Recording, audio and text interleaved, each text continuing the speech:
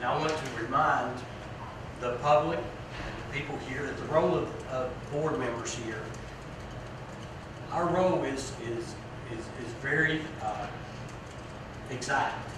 We hire and evaluate the superintendent. We hire a board attorney. And we are responsible for the spending of board funds. The taxpayers hold us responsible accountable and responsible for how the money is spent here. If something's not spent correctly, we hear about it. Now, with that said, I want to go over a couple of things with the board members who aren't on the committee and let them know what we found and give them some idea of what we were looking at. If you look in your package, you will see right on top or close is a transfer form. And I think it's the transfer is dated 7/26/2013. It's Coaches Fund, from Coaches Fund $50 to Business Ed $50. You ought to find that. And once you find that, I'm going to give you just a little bit of insight on that. First of all, let me say this. You can pull that up. I'm going to come up there and look at that just a second. First of all, in the activity fund at the high school, there are 80 sub-funds in the activity fund. There are 80 accounts inside that activity fund. Now, to give you an example of how it was explained to me on how this money is transferred from one account to the other. Let's just say that you have a boys basketball game. They take in, and I don't know how much they take in. Just say they take in $500. Okay. The money is deposited into the activity fund. The activity fund writes the checks for all these sub-accounts. Okay, is that correct? Am I correct on that? They write so there's only one checkbook. One checkbook writes the checks for these accounts. Okay, so say the boys get $500. The money is deposited in the activity account. Now, once it's in the activity account, it can be transferred from one account to another. And every time that money is transferred from one account to another, it is supposed to be done on paper with that form with 2 signatures on it. Okay? If you look at those, some of them have 2 signatures on it, but they're the wrong 2 signatures. You might have the principal and the athletic director signing on the same line.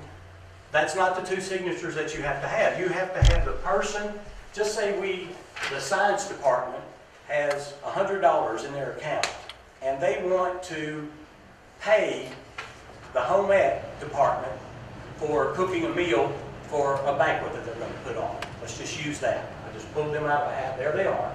And they're going to pay the home ec. They have to take one of those transfer forms. The person who runs the science department has to sign that they want $100 taken out of this account.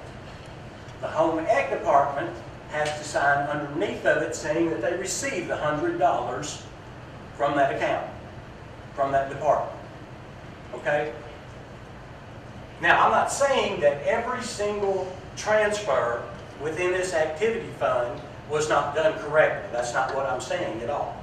Okay? Because we didn't look at every single one of them. Okay?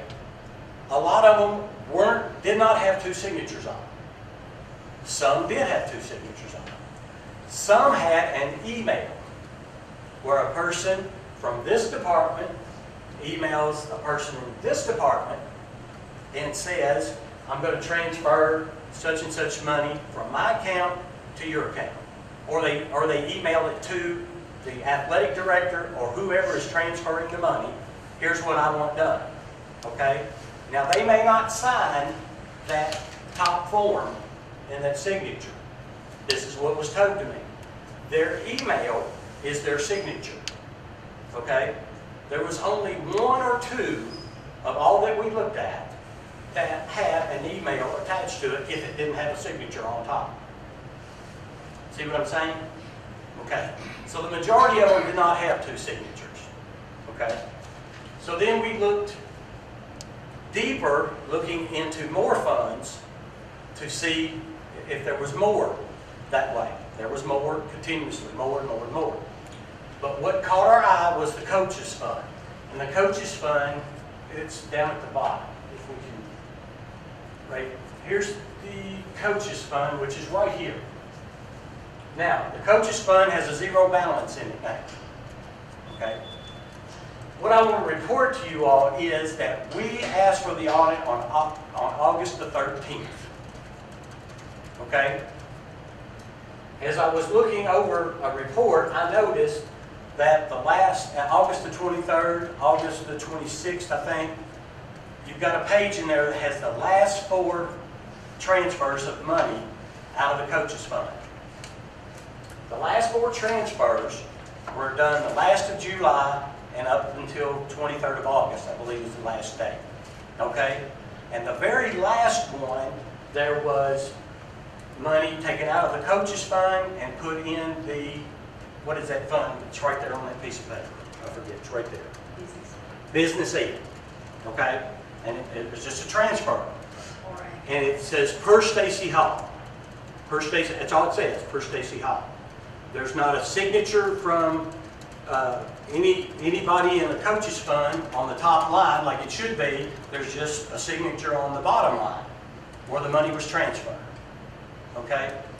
So I got to asking questions and I found out that why was the coaches fund all of a sudden deleted of all its funds? So the coaches fund was just deleted out with a zero balance. I was told by one individual it's because of the Red Book. Okay? The new Red Book regulations. Well, the new Red Book regulations went into effect back in March. Okay. So with that said, then we started looking deeper and deeper into the coaches fund. Okay? And the more we looked into the coaches fund, the more discrepancies we found. What we found, and now this is what I learned while looking at this. The coaches fund has money in it where individuals who are paid, let me give you an example. We hold the district basketball tournament here. Okay? The district committee pays an individual in our district for overseeing the tournament. Okay? They pay them a certain amount of money. I think it was, let's say, $300. So if I oversee the tournament, they're going to pay me $300. Now they pay me cash. They pay me right out of the receipts of the door. So they pay me cash. So what was explained to me, that individuals take that money that they are given for that, and they put that money into the coaches fund. And then they use that money later on for things that they might need during the school year. Okay? Now, I'm not saying that anybody stole anything, because we have no proof of that, and I'm not saying anybody did that. But what I am saying is that money was transferred back and forth. Money was not, the transfer forms were not filled out correctly. Invoices are not correct. Payments are not correct. There is so much transfer back and forth, it's impossible to keep up with. It's literally impossible to keep up with. In my opinion, you need a full-time bookkeeper just taking care of the activity fund. They could work 8 hours a day just taking care of this and doing it correctly. Now, what that told us as a committee is, if that's what's going on in the coaches fund, what's going on in the rest of them. Okay? But we didn't look into all of them. There's no time for all that. There's not enough manpower to do all that. And like I said, there's a lot of people that do the right thing and transfer the money correctly. Okay? Now, if you look in your package, you'll see where there are instances where and I just took the last 4 transfers out of the coaches fund. There was a transfer of $50 on 7/26/2013. That was the coaches fund for the business aid.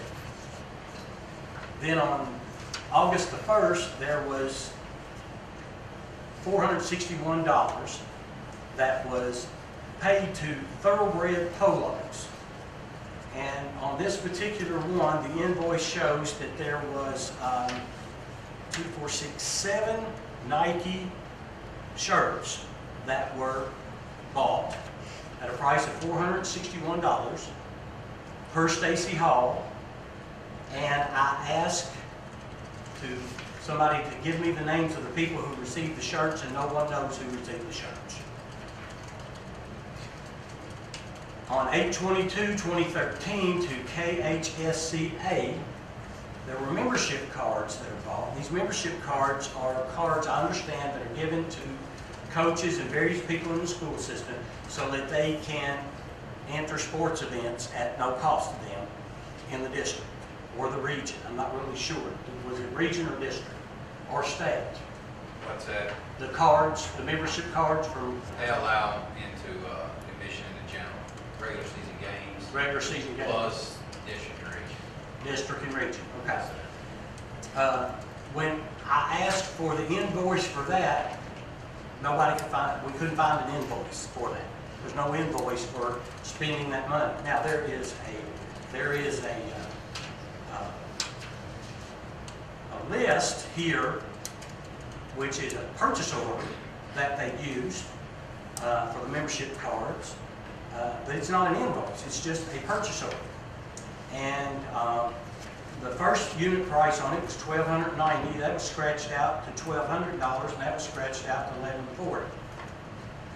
And then the information that we were given were copies of 4 checks that people wrote, and we assume that they wrote those checks to pay for their own card. Okay, I mean, we're assuming that's what happened. Okay. There was 45 cards. Let's see, that was 43 cards. Okay, there was 43 cards. There was 45 names on the list. So 2 people that were evidently supposed to get a card didn't get a card. But anyway, there was 43 cards bought. In essence, what I'm saying is and Butch can shed some light on this. In my opinion, I mean, this is the worst bookkeeping I believe I've ever seen anywhere. I mean, I can't believe we're keeping books like this in our school system. I don't understand why we had a coach's fund in the first place.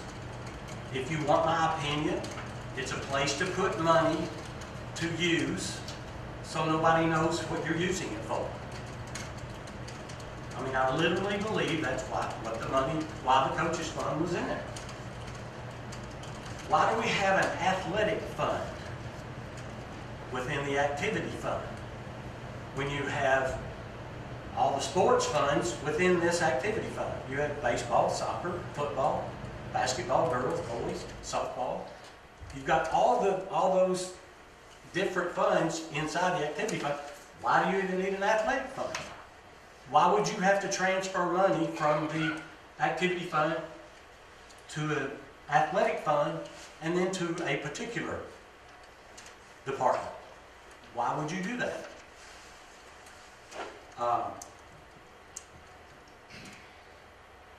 I think that the reason that we ask for those recommendations is so this doesn't happen anymore.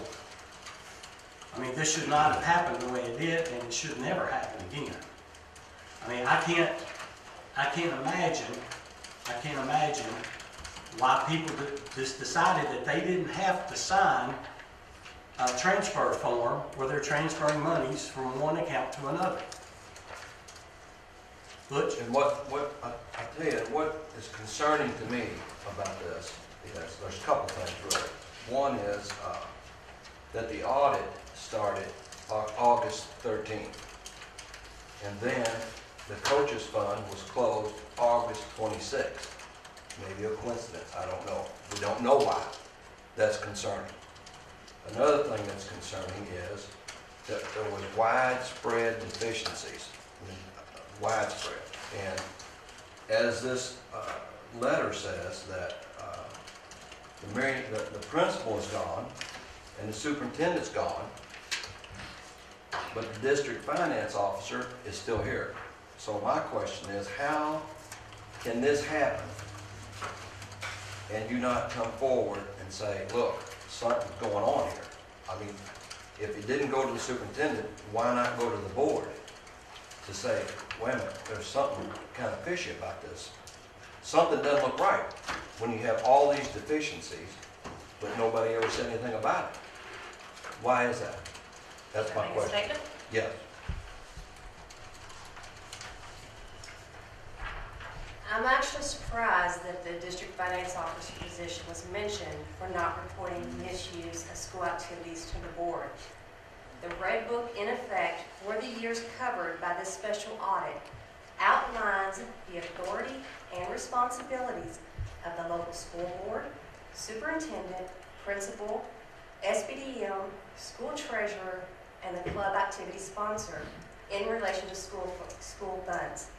However, there's no responsibilities or authority granted to the finance officer. In addition, the only reference in my job description as the finance officer regarding school funds states general help to school bookkeepers regarding Red Book accounting procedures. No one has ever discussed these extra expectations with me. Any review I performed on financial activities within the school was above and beyond my known responsibilities. In fact, the new Red Book, which became effective July 1st, 2013, now actually recommends the review procedures I have always performed, whereas previously these recommendations did not exist. In addition, the review of documentation prepared by the schools has never been communicated as a responsibility of the finance officer until now in this letter. An annual audit is performed by outside auditors at each school in which documentation is reviewed for compliance and deficiencies. I was aware that our multiple receipt documentation for fiscal year 2012 was not sufficient, since it was a finding in the audit report prepared by our auditors. We have since been working to improve that documentation, which was recognized and noted in the fiscal year 2013 audit report. However, no other mention of deficient documentation was brought to my attention for correction. During my review of financial activities at the high school during 2012, I noticed the purchase of floor tiles for the boys' locker room and questioned the appropriateness of using school activity funds. I was informed the superintendent had approved this transaction. Since the superintendent had been a former finance officer and also taught finance for school administrators, I knew he was aware of the regulations. I have since tried to replace the school activity funds with appropriate funds from the district assigned funds to the school, but has been held up in the approval process. Every month, the board members receive an electronic version of each school's financial statements, which lists all of the sub-funds and balances.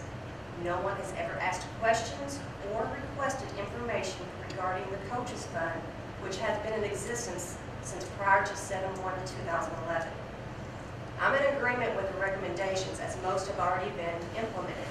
I will continue to provide to the board members and committee to ensure that they are aware of the activities within the school funds. But I also want to note that even though I was a part of the audit committee, I've been excluded from the past few meetings. So I was only a part of the first couple of meetings. Okay, so I hear what you're saying. But you don't think that during that period of time that you didn't have a moral obligation then if something was going wrong? My responsibility was not to review the documentation. Okay. I do a general overview and look at the expenses. I do not have the time in my schedule at this point to go look at that documentation. Those funds are the responsibility of SBDM and the principal, and making sure that those are followed at the school level is the procedures that have always been followed. Okay. Another comment I've got then. I know I'm pretty new and I don't know a lot about the Red Book, but I have been reading the Red Book. Now, and I don't know when things were changed in the Red Book, but I did go back after reading all this, and there's a definition in there for the district finance officer, what their duties are. And if you'd like for me to, I will read that. And it said, Which version are you looking at? the one that's on right now, I don't, Which became effective July 1st, 2013. okay. So you know what those duties are. I do. But you don't feel like though that back then that things were all haywire and everybody was signing? I'm reviewing the documents, the financial statements that come to the board office per policy. I am not looking at the documentation that supports those transactions. Okay, well, Usually that is an internal audit function, and in a lot of districts, they hire a different individual that can perform those internal audits. well, I mean, you don't think that you were or you are now, and you were back then, that you were the custodian of the money? Because I'm you not are the the custodian director, of the money. but you're the director of all finances. I So am- even now and back then, you were the director. So you I were am in charge of to the make district sure. funds, I'm not of the school funds. I don't have the authority over school funds. All I can do is look at the transactions and the financial statements that are sent here, and which is what I've done.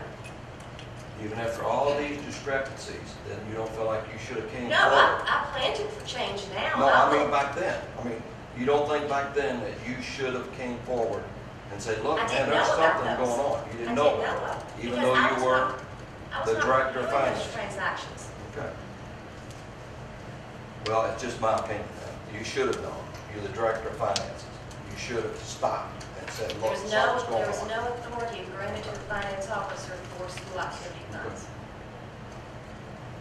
Good. That's my comment.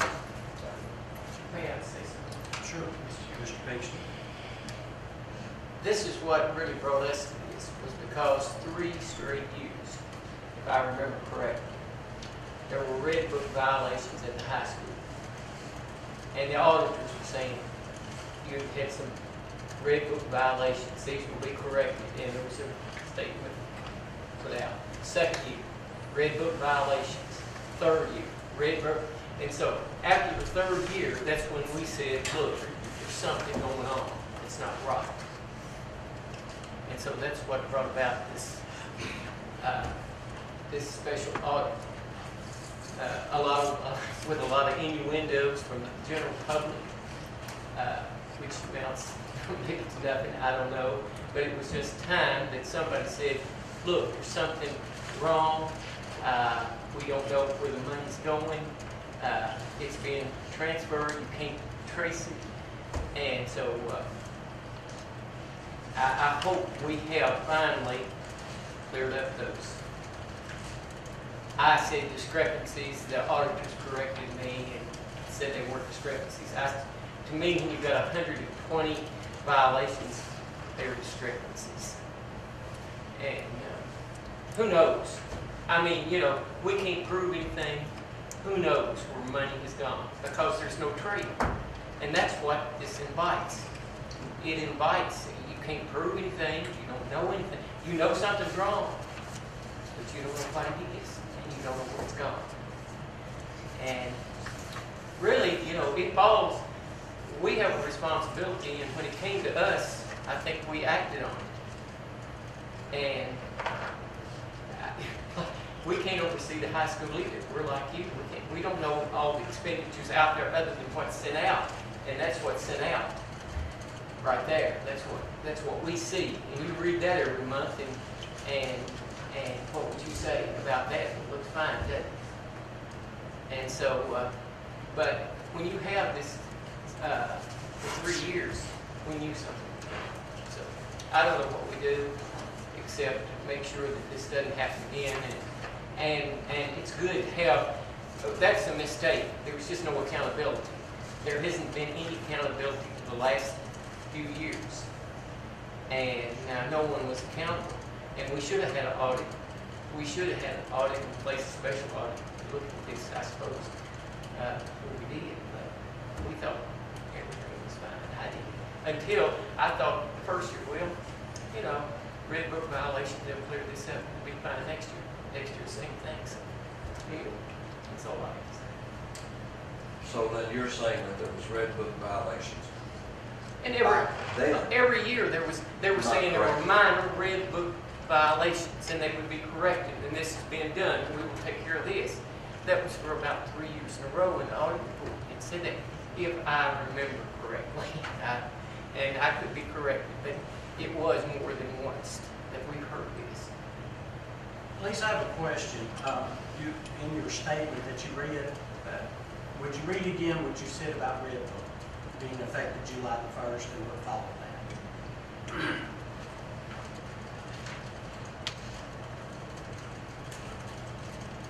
and can we, I'd like to ask, can we have a copy of yours? I have a copy for Okay, you. I'd like to have a copy. Take your time. That's I'm just wanting, That the new Red Book became effective July 1st, 2013, now actually recommends the review procedures I have always performed, whereas previously these recommendations did not exist. the recommendations, so you're abiding by the recommendations after Now. July 1st. I have always done them, they just were not in Red Book. It was a step that I went above and beyond to review the transactions as they came over to the board office. Okay, so after July 1st, did you review them prior to them coming over here? No, Okay. they send the same reports, it's just I was reviewing before they were recommended to be reviewed. Okay. Now, what the problem that I have, not necessarily with you, but with the whole thing, is we had two people who took Red Book training. It became effective July the 1st. But all these transfers from the coaches fund all took place the last of July and in August. Okay, so we had two people who went through the Red Book training, and we still have transfer forms that are not processed correctly. Now, how does anybody answer that question? How do we, after the Red Book training, how do we still have new regulations and new people trained, and we still have the same problems? What does that mean? And another thing about the Red Book, I was just looking at it again. What I read was dated effective July the 1st, 2013, which says, District Finance Officer. The District Finance Officer, under the control of the Superintendent, manages the control of all receipts and expenditures flowing in the school activity fund, except otherwise directed by the superintendent or board policy. That's what it says. That's not what you're saying. You're saying you weren't responsible. This is saying you're responsible. You're looking at July 1st, 2013. That's what it says. I'm talking prior to July 1st, 2013. And what did it say It then? did say that at that It didn't point. say anything about your responsibilities as a Correct. director of It finance? did not. It did not. Hmm.